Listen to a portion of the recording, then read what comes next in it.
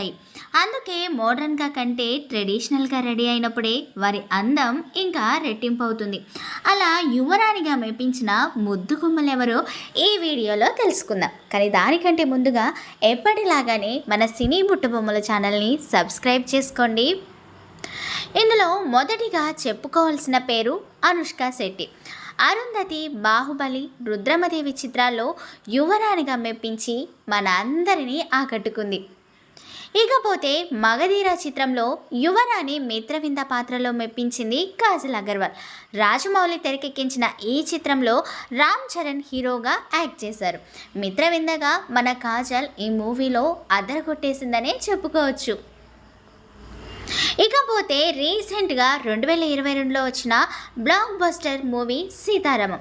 ఈ సినిమాలో ప్రిన్సెస్ నూర్ జహాన్ పాత్రలో ఆకట్టుకుంది మన మృణాల్ ఠాగూర్. సీతారామం సినిమా